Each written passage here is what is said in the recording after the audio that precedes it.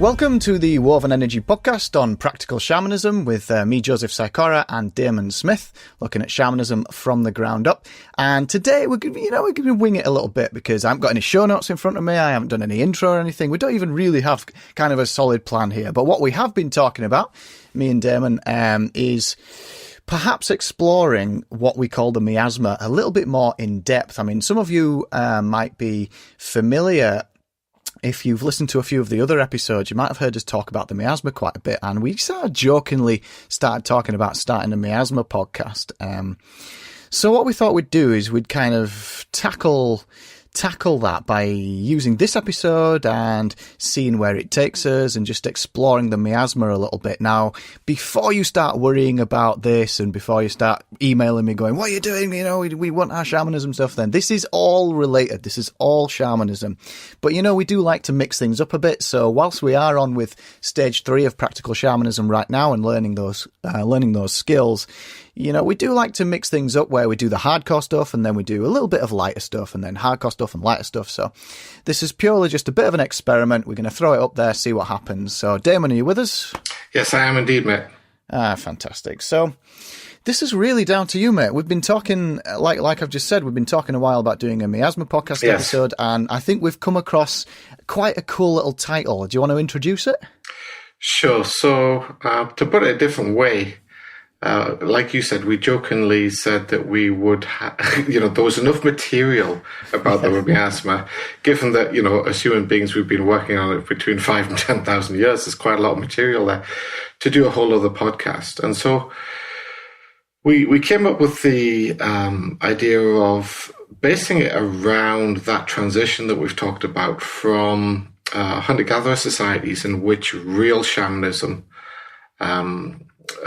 developed and settled societies in which shamanism had to take on a different form. And, we've often used this word esotericism. But, from the point of view of the other people, the new power brokers in those societies, it wasn't esotericism, it was heretical. And so we came up with this name, Heretics, as the name of the miasma podcast.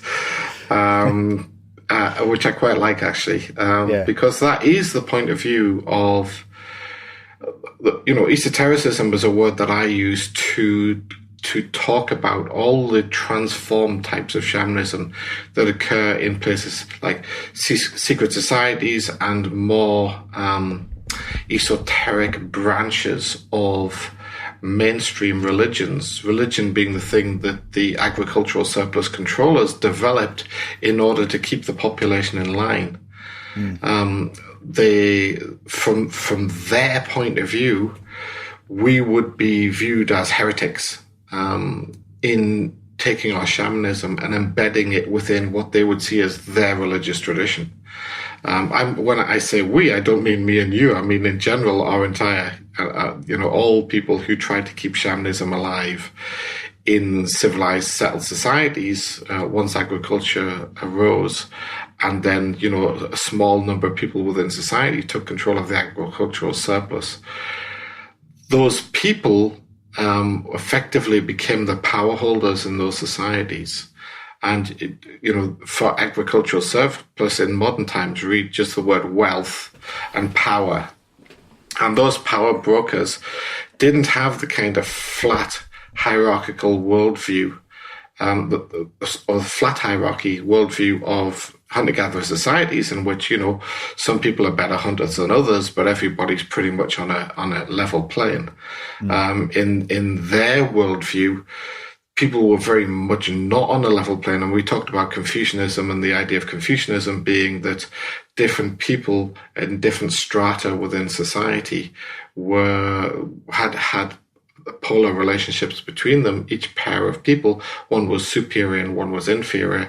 And Confucius felt that if everybody just, quote unquote, knew their place, then the whole of society would be perfect. And well, you see it in India as well, don't you? And around those areas with the caste system. Exactly. Yes. And there are hints of that within Christianity. And I think one of the things that we'd like to explore on this podcast, if we go forwards with it, is that kind of, because our tradition, our Western tradition, is the Christian tradition. We would like to explore it from a Christian point of view.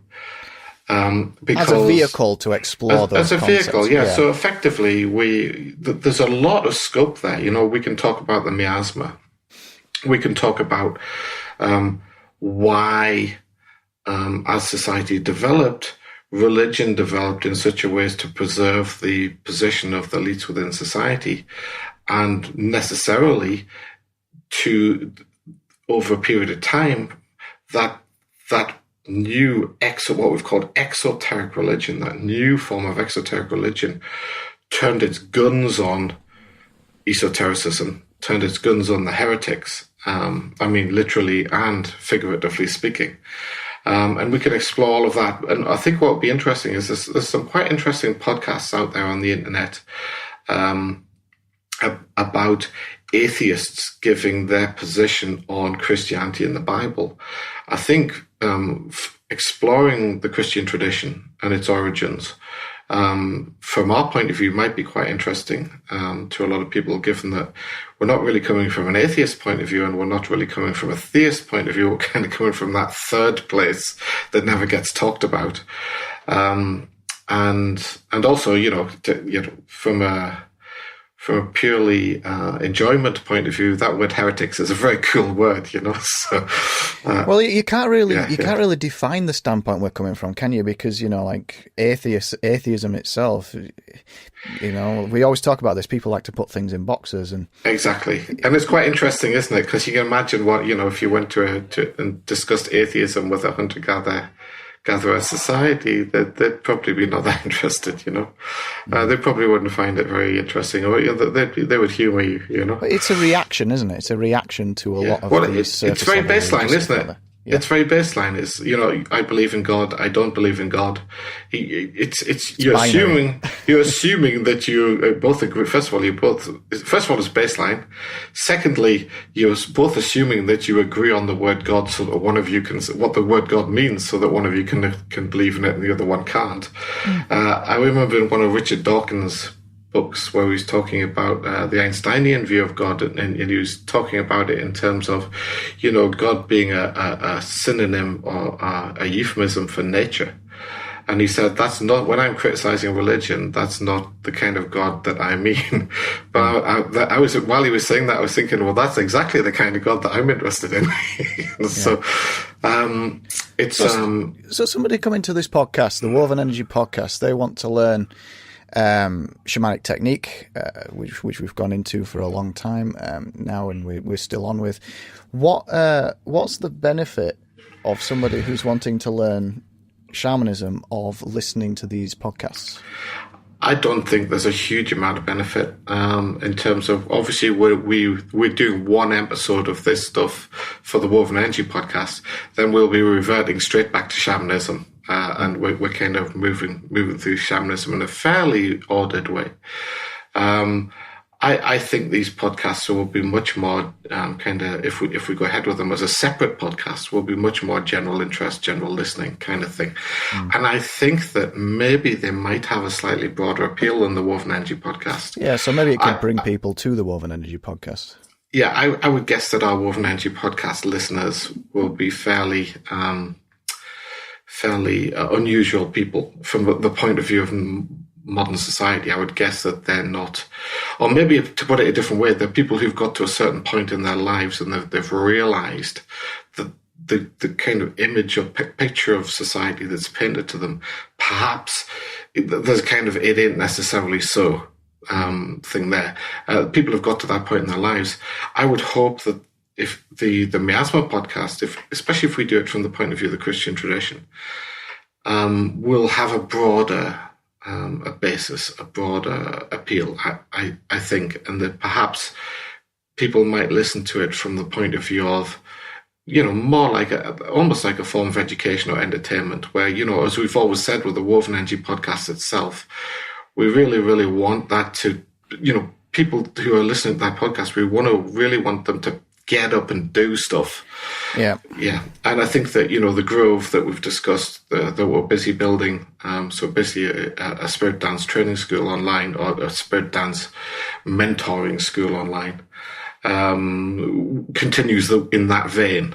Yeah. I do think there's just such a huge amount of fairly interesting stuff that would bog down the Woven Energy podcast. Well, we did a lot of episodes on the miasma already, didn't we? Well, I mean, we did 3 full episodes and we barely scratched the surface. There's so much more to explore in it.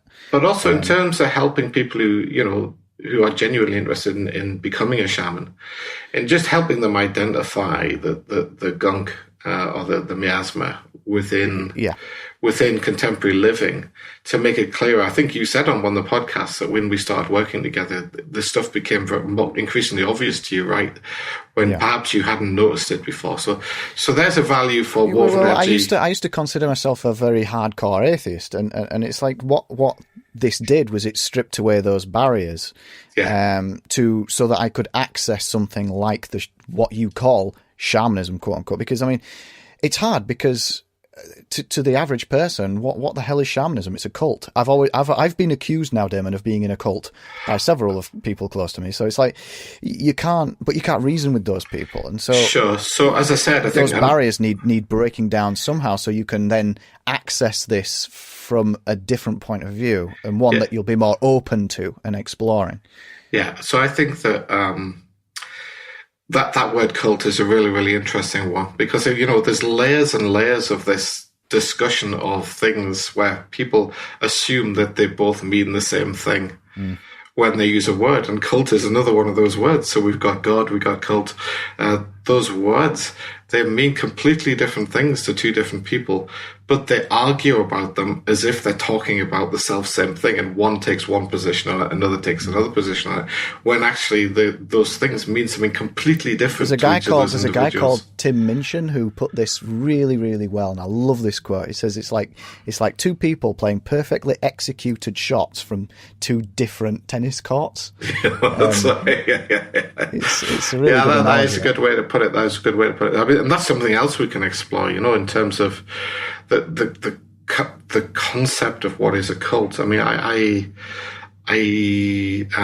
have studied the Japanese new religions and East Asian religions in general for a very long time, and a lot of those religions would probably be described as cults, and perhaps they would be described as cults by people who would, if you ask them what they mean by that, would overlook the fact that in their own religion, say it's Christianity, those self-same criticisms that they're making of the quote-unquote cult directly apply to their own religion as well.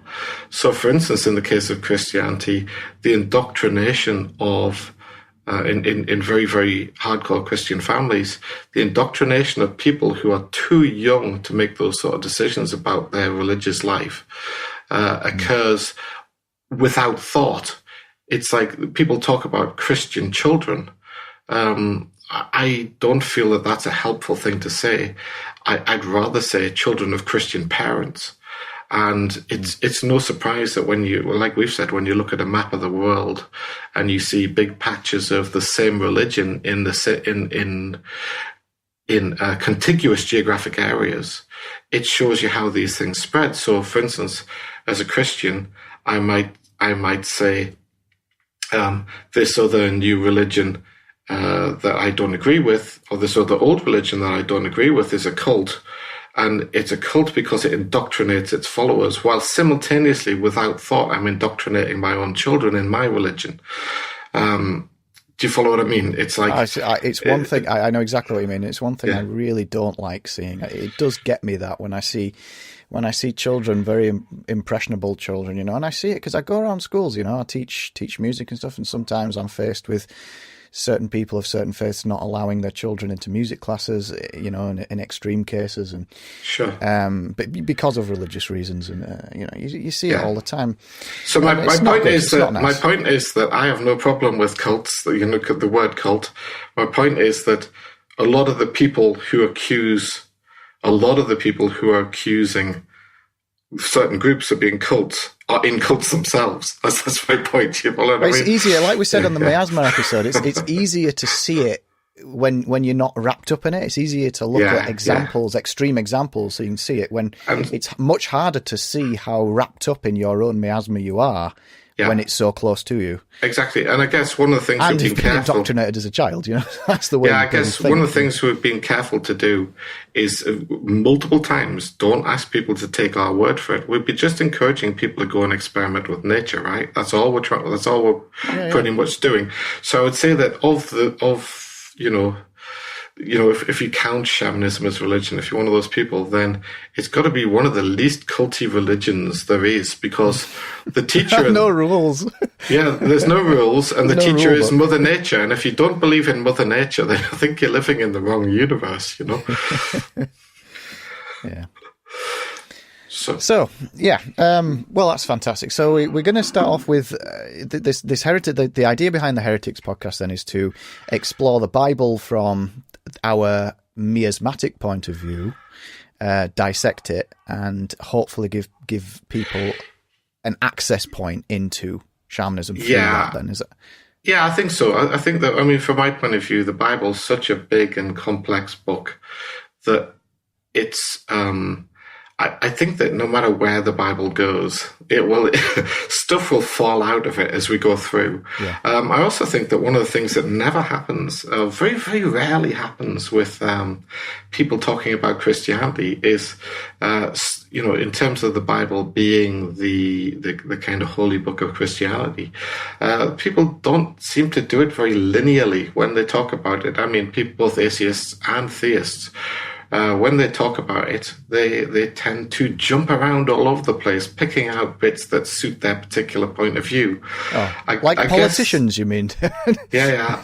I guess other than acknowledging that it's been a very, very powerful social structure, Christianity, that's made large changes in our history and in our way of living, changes that are so large and fundamental that people don't even think about them anymore. For instance, I feel that there's a lot of people who count themselves as atheists and who don't believe in all of that mumbo jumbo, many of whose attitudes have come directly out of Christianity without them realizing it. And our language is shaped by absolutely, sure. Absolutely, it's heavily shaped by Christianity. And I think that looking at Christianity, you could say that, in some ways, we're quite, me and you, we're coming from what could be described as a fairly unbiased location, in that, other than that, what we're interested in, shamanism and esotericism, has been targeted historically by Christianity in violent ways. They used to tie people like us to a post and put logs underneath and set fire. That's... Other than the fact that we have that kind of heritage, I guess, if you want to call it heritage, our position is probably less biased against Christianity than would be the position of an atheist. Because I think you would probably say that we probably care about it a lot less in terms of this whole is God real or not thing. From a shamanist point of view, who cares, Yeah, it just doesn't matter, does it? Yeah, exactly. You want to look deep. This is the point of the podcast, though, isn't it? We want to look deeper than those surface level nonsense things like does God exist? Yeah, absolutely. So what I'd like to do is start at the beginning and work forwards, which seems to be what none of these people are doing with the Bible as the holy book. And hey, maybe, you never know, maybe by the time we get to the end, I don't know, when we're 120 or whatever, Joe, then maybe it will have converted us over to Christianity. You don't know. Done its job. But I think that what I'd really like to do is just take, use on the Heretics podcast, I'd like to use our shamanistic lens, to look at Christianity through its holy book and its other trappings, in as far as me and you know about them. We're not going to do that in a very academic kind of way. I did study theology in to a certain level, but we're trying not to do that in that way. I want to use it as a kind of lever to highlight things in our society and highlight things, subjects and areas around esotericism and areas around shamanism and what they mean and how things transformed over time, and sort of to look at Christianity through a shamanistic lens. Yeah. That's probably the best way to put it. So let me put it in a simpler way. So tell me if I'm right with this. Within the Christian teachings, we have quote unquote the nonsense stuff, which is the clearly nonsense stuff, but we've also got the more what we're calling the esoteric stuff, which is the hidden teachings in there, which have been put in by shamanists of the day, and it's those aspects that we're going to try and uncover and dig and find and try and gain some sort of knowledge out of. And I would on that point, I would reinforce that very often when you say that the shamanists hid their teachings in mainstream religions, it sounds like they're doing that for evil purposes or something like that. I would like to use the analogy of a lifeboat. Yeah, the shamanism ship is sinking. And then they use lifeboats to keep some of it alive. And the lifeboats are effectively that embedding. It's not like they had a choice, because the shamanism ship was sinking because the exotericists, including Christians, had torpedoed it. Yeah, that's probably the best way to... There's an analogy for you. Yeah. All right. So, and also, another thing to say is that neither me nor you are quote unquote experts on Christianity, except that insofar as we are members of Western society and we grew up in a society that people believe is becoming more secular as time goes by, but in actual fact, our judicial system, our laws, the ways we interact with each other, and everything about our society has been influenced for at least 2,000 years by Christianity. I do find it amusing that you could even say an expert in Christianity. I don't really know what that means. I suspect that the Heretics podcast will come in for huge criticism, and that will be one of the criticisms is that me and you. I mean, we don't want to be rude to people for the sake of it, and maybe there will be criticism that's kind of harsh. That me and you don't know what we're talking about. This will definitely come up for sure. But I would hope that the people who give us that criticism that will then point us to things that we can then discuss and talk about and see if indeed we really don't know what we're talking about. Because, life is all about learning. It's a long journey of learning and learning new things. And like I say, if the Bible can convince us, if that it's right and our shamanistic worldview is wrong, then I for one will be the first to switch over to Christianity. That's your shamanistic training kicking in there, isn't it? Ironically. Absolutely, it's call it Torshal Teen and the Bible.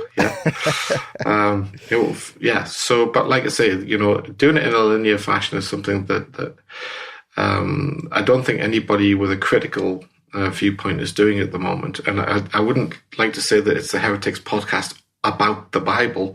It's the Heretics podcast about the effect that the Bible and Christianity have had on our Western tradition.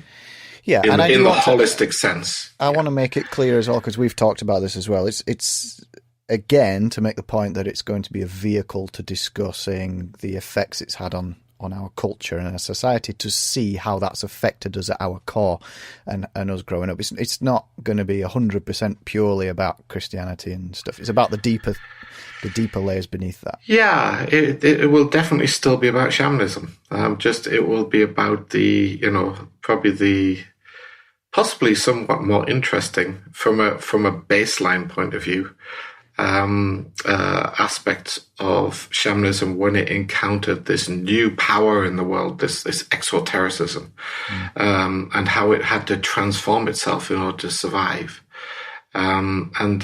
Just the little bit that I do know about the Bible, I know there's loads of stuff in there that's really, really interesting. And it is a baseline indulgence, this podcast. So, you can call the Woven Energy podcast is our attempt to get people focusing on the midline and the top line. And the Heretics podcast is our letting people do what all Western people want to do, or civilized, settled people want to do, which is obsess over the baseline. And that's probably what we're going to be doing, which will be fun and enjoyable, if less valuable than the Woven Energy podcast. Cool. Right, guys, sorry about that. We just had a bit of a lost connection. We're back now anyway. So, Damon, over to you. So, a couple of things. I guess one thing that we could ask some of our regular Woven Energy podcasts is get back to Joe. That's Joe at wovenenergy.com. Joe at wovenenergy.com. And give us your ideas or things you might like us to cover on the Miasma podcast, and just see what you think of it. I guess we would count our Woven Energy listeners as a relatively benign group. It might be a nice shamanic activity to look in at yourself and try and identify some things like that you feel for yourself, and then email me, and then we can discuss them. Anything like that. That sounds cool. Yeah, and maybe, some people in the group probably think that this is a dreadful idea, and I probably won't disagree with you. And don't worry, we are going back to shamanism after this. So yes, the Woven separate podcast. The Woven Energy podcast will continue. So this is the only episode on this podcast that we're doing. So let's give a little bit of a flavour of what we might do on that podcast, and let's start. Hey, where do you start? Genesis 1. In the beginning, God created the heavens and the earth. We're talking about we're the Old Testament here, then I presume. I mean, this is the limit of my knowledge. This is the Bible as it exists today, and as people probably aware, it had a history and how it all got together. But people who are staunch Christians, are hardcore Christians, believe that God's hand guided the construction of that book, and that it is a lot of it is inspired by God. Now, I'm not saying all Christians believe that, but in a way, it doesn't matter to me. It's a fact that the book in its modern form has been considered, the New and the Old Testament put together, has been pretty much considered the Bible for a very long time. Its early construction, in the very, very early days of Christianity, there were loads of books of the Bible flying around. But in its current form, it's been around a long time. I mean, way more than 1,000 years. And so in terms of what we're interested in, the impact that it's had on society, the books that are in it have had way more effect on society than the books that aren't in it. Although those books that aren't in it are pretty interesting, and we will probably get on to them. Talking about the Gnostic Gospels and stuff like that. That type of stuff. That type of stuff, yeah. But also there's books of what we would call the Old Testament that are also the Old Testament time period that are also interesting that aren't in there. There's another we're looking at it, and myths and legends and various things. But the key point is this book is from an esotericist point of view, and when they were burning us, during the Middle Ages, they were burning us over this book. They weren't burning us over, any of those other books. It was this one. And maybe the fact that we had those other books, or some people had those copies of those other books, but pretty much the Christian worldview is heavily associated with this particular version. Yeah. So what I wanted to do was go from Genesis 1. Yeah. So in the beginning, God created the heavens and the earth. The earth was formless and empty, and darkness covered the deep waters. And the Spirit of God was hovering over the surface of the waters. So I think that particular passage immediately shows you a couple of things. It shows you that the shamanistic intuition that the universe had a beginning was there in the earliest, was there early, not the earliest, because we don't know. Let's not go into what order these books were written in, but it was there early on in the Judeo-Christian tradition. This idea that the universe had a beginning. And, there's a fluidity there. It talks about water. Well,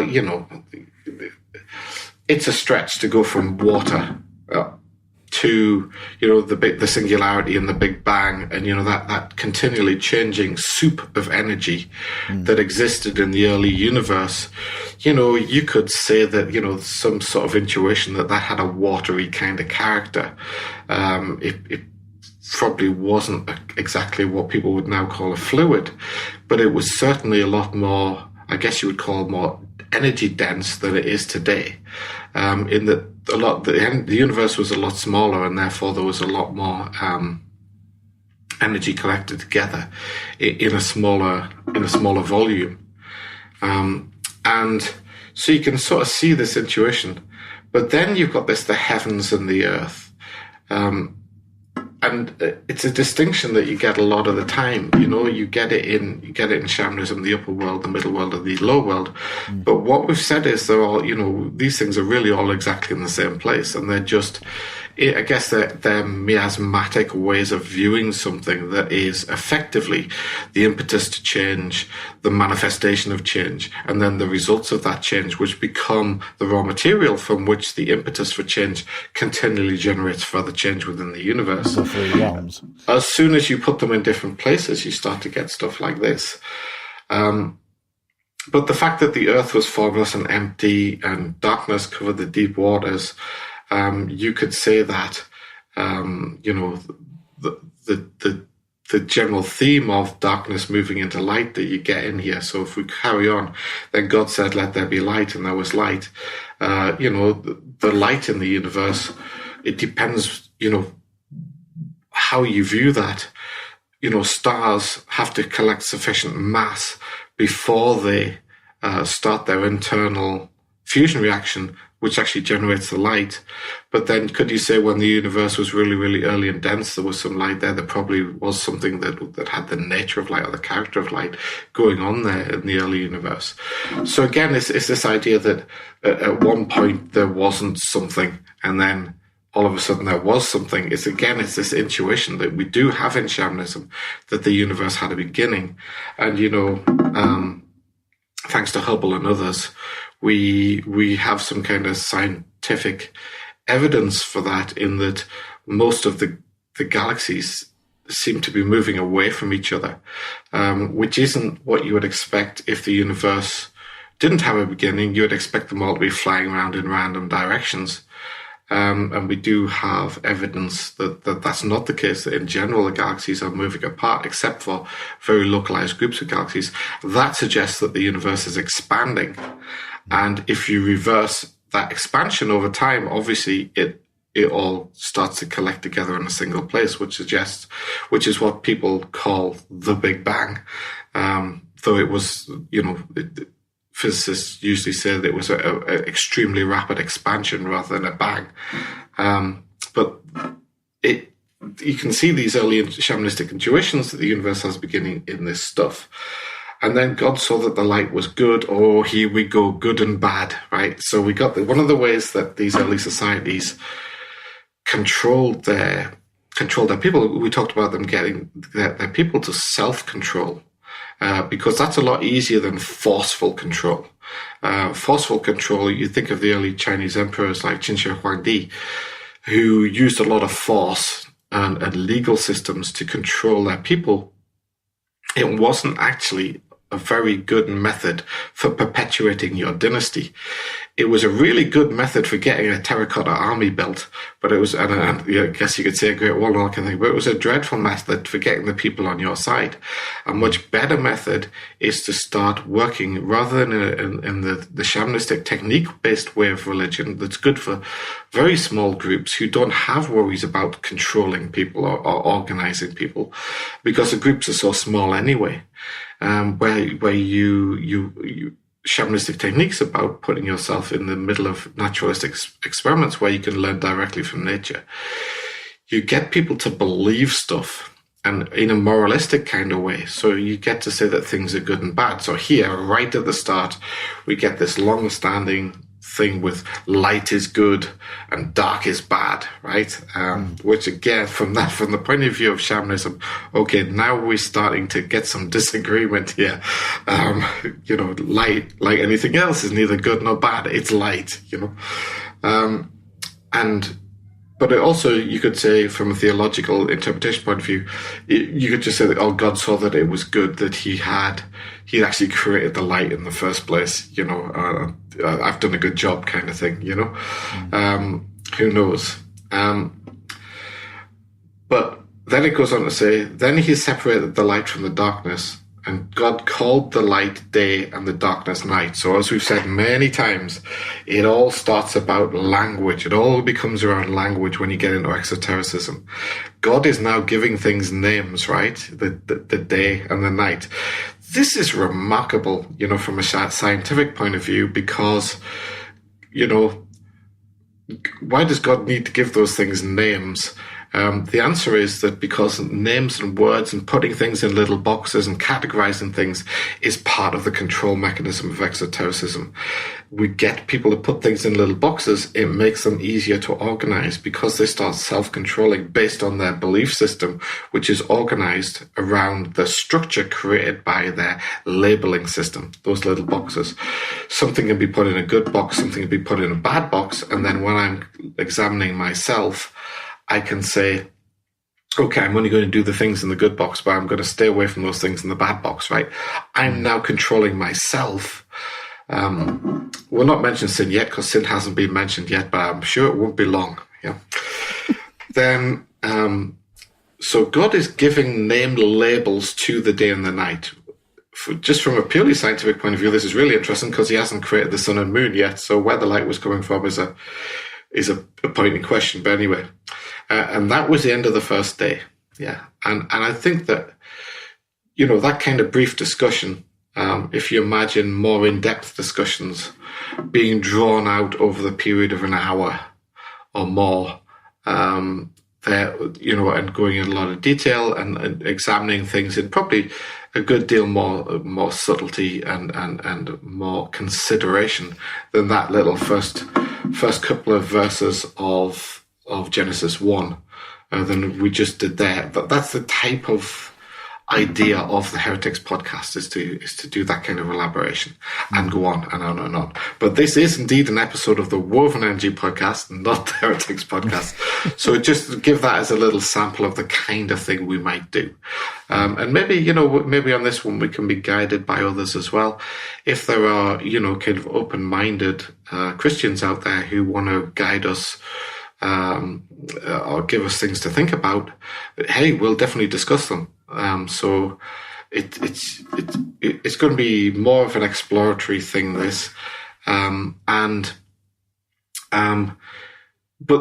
one of the things I think is important is what I would like to do with this Heretics podcast is not buy into the jumping around thing within the Bible that both atheists and Christians seem to love doing on their podcasts. Because what they're doing, in my opinion, is they're jumping from one thing to another in order to support their own points, their own beliefs that they're trying to do. What I'd really like to do is build what we're saying about Christianity, the Judeo-Christian tradition, in terms of its main scripture, which is the Bible, in terms of Christianity anyway, build only based on what we've learned so far from the text, doing it sequentially. Because, as I said, a lot of heavy Judeo-exotericists believe that this text was put together by God, not by human beings. I mean, it was human beings doing the writing, but they were kind of guided by the hand of God. And well, that's interesting. We have talked about a shamanic technique about that. But, exactly. And there is a kind of, there's so many maybe parallels. some of the people doing this were actually shamans who were, trying to, you know what I mean? Yeah. You probably had in the formulation of this stuff, you probably had people of both camps, perhaps even collaborating with each other, perhaps being friends. Do you follow what I mean? Because they're both working to different ends, but the vehicle is the same vehicle. So I imagine that some of these people were friends and actually worked enthusiastically together, but on the same thing for different objectives. That was probably, that's one way to look at it early on, So so that was it. So that was the idea, man. I've got a few texts, off the top of my head. You've got the Rumi's text, you've got Tenrikyo text, you've got all sorts of different kind of texts, and we've talked about this a few times about translations. So sometimes we're going to get that. Yeah. Oh yeah, okay. Well, I was about to say. Yeah, we're going to get that. We're going to say that you're reading it in English. Maybe the original texts mean something different, or maybe they were translated. So I mean, how does that play into what we're doing here? Well, it's great, isn't it? Because we get to talk about language, don't we? But here's a thought. A lot of when as I said, I was involved in some translation work around some what you call the Shinshukyo in Japan, which are they're called new religions in Japan, or that's what the Western term that's used. But that's a bit misleading because these things were generally founded by shamans, relatively modern day shamans. Who attracted followings in Japan. At least a large category of them were. There was another category that were modern forms of Buddhism, and there was a bit of crossover between the two. And I had some involvement in translation work, but here's the thing: the translators who were native Japanese speakers working from native Japanese language texts were translating into English, which I was assisting with, but actually didn't understand the texts in their native language. There was no necessity, or they didn't necessarily understand the text itself in their own language before they even did the translation. Do you follow what I mean? Yeah. So what I think you have to do in all of these things, I mean, for instance, some of those translations where I have explored the Japanese and the English, those translations are dire. They're absolutely dreadful, some of them. And yet, there aren't any translations that I would classify as great, There's an alternative place to go to. And there are lots and lots of translations of the Bible. I mean, I'll just look on mine. I've got the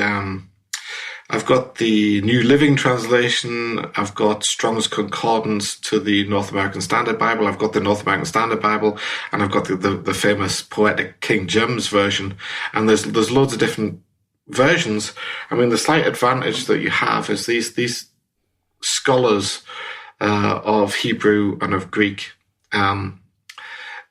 They have put a lot of effort into translating these things. But, in my opinion, you have to read between the lines in order to get the sense. And so one of the things I did with one of these Japanese texts was I made a kind of cross-reference. I made a concordance where the English word or the Japanese word was cross-referenced throughout the text. And I could go to different places in the text where that word had been used. And then I could get the sense or the flavor that the author of the text had meant from that word by kind of cross-referencing its usage elsewhere in the same text. Yeah. And but the key point is, as I said, we're looking at this through the shamanistic esoteric lens. So in a way, if we take a very, very mundane level reading of the text, a very, very mundane understanding of the text, and maybe if the translation was wrong, maybe the original text was wrong. In a way, I don't really care because it's that text that's influenced our society. Do you follow what I mean? That's what It doesn't matter whether the original was right or wrong. It's that text that's been influencing our society, not the original.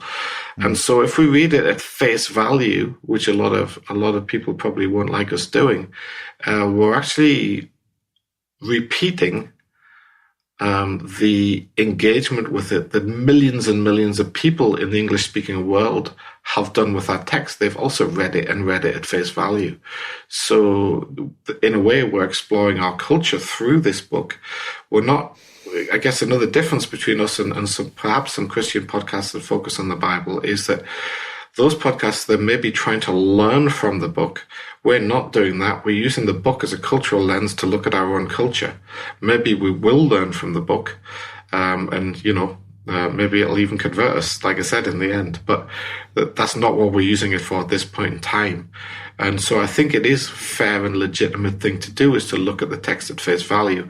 And also, in terms of taking it linearly, we can just based on what the text has told us so far, and we're not, trying not to use the knowledge that everybody has of what's coming down the way in the text in order to read it. If indeed a God did indeed have a guiding hand in putting this together in a certain order, then hopefully that was quite a good decision in terms of the order that stuff's introduced in, and we will get the benefit of that.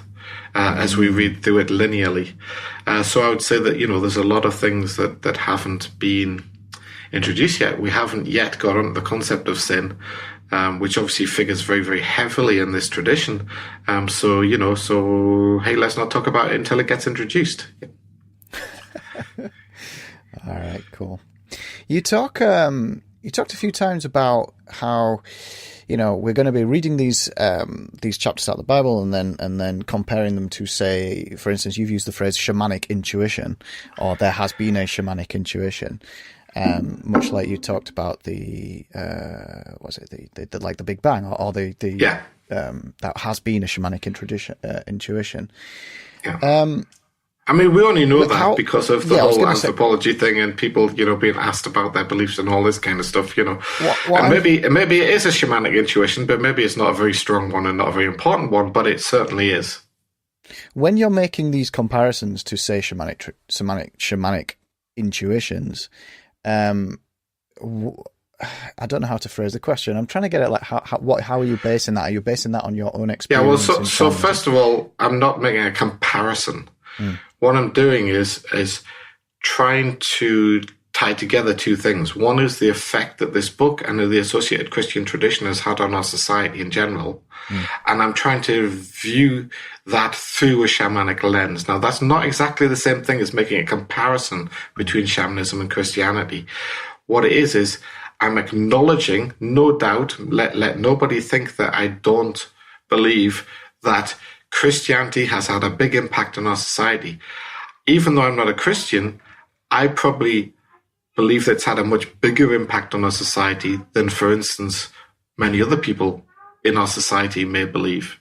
I acknowledge that exotericism, Christian exotericism, has had a colossal impact on our society, both in terms of what people believe, in terms of their self-image, but also in terms of the stuff they don't think about and their behaviors and what they do day to day that they don't think is religious and they don't think has anything to do with Christianity, actually does have a massive amount to do with the effect that Christianity and the Bible have had on our society. And that's what I want to explore. So to be clear, from my personal point of view, Joe, this is your podcast as well as what you want to talk about as well. But from my personal point of view, I'm not comparing shamanism to Christianity. I'm using Christianity as a lens to see what happened to shamanism as it moved into the modern era, if you like, the last 10,000 years. That's really what I want to use it for. And in so doing, learn from it ourselves and hopefully bring people along with us to hopefully we'll learn loads of stuff. Their own lives, their own culture, their own thoughts, their own belief patterns, and hopefully strip those away and access a little bit of shamanism. Or be able to maybe, but maybe that's not the purpose of the Heretics podcast. If people through listening to the Heretics podcast come to the point in their lives where they want to do that, then we'll just keep saying, "Hey, switch over to our other podcast, the World Energy podcast."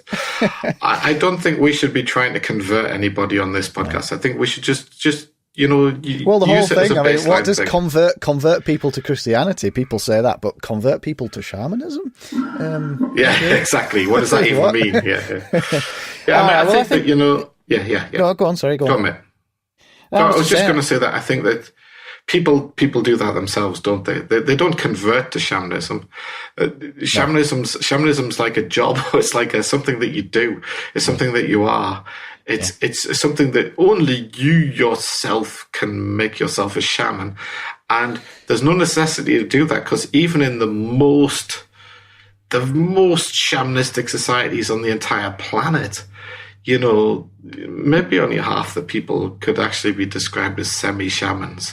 And a very small number would be described as pure shamans, even in the most hardcore shamanistic cultures. The rest of the people are animists, aren't they? And that's a much, much easier thing to be than a shaman. To be an animist, all you have to go is up a hill and enjoy yourself, in revel in Mother Nature and enjoy the view, Yeah. Well, I think we'll leave it there then. I think a nice little thought to end the podcast on, to give people something to think about, is we've started with what was that, day one? I mean, it's going to be new for me, but for instance, there are 7 days God created the world in 7 days. Well, actually, he didn't, Joe. He created it in 6 days. Oh, 6 days, all right. According to the Christian tradition, yeah. Well, you've just ruined my thought there. I was thinking there's seven. God created the universe in 7 days, and lo and behold, there are 7 stages to becoming a shaman. True. On the 7th day, he rested, mate. As we'll no doubt find out shortly. Okay. But you're right. Yeah, there's the number 7. The heptatical nature of all this stuff is comes just keeps cropping up. You're quite right. You're quite right. In texts far further and wider. Yeah, I mean, here we are. Well. Here we are in the first chapter of Genesis, and there it is. Yeah. All right, guys. So thank you very much for listening. This has been an experiment, and we'll be back to it next episode with I don't know. We might go back to stage 3. We might explore something else, a bit more shamanism related. I guess I don't know. Yeah. We'll have a chat, Damon. But we're back on shamanism. We'll be back on shamanism in some shape or form. Hope you've enjoyed this podcast, guys. If you've got any comments, any ideas, anything you want us to talk about on either this podcast or the upcoming Heretics podcast, then email me, joe@wovenenergy.com, joey@wovenenergy.com. Head to wovenenergy.com as well for your free Get Started episode, exclusive Get Started episode. You can join the email list over there as well. I'll get that sent over to you. So yeah, hope you've enjoyed it. I think we'll be looking to launch the Heretics podcast in the near future. We haven't got a date set yet, but it will be... I envisage we want to get a few episodes under our belt first, don't we, Damon? So yeah, possibly a month or 2. All right, guys, thank you very much. Speak soon.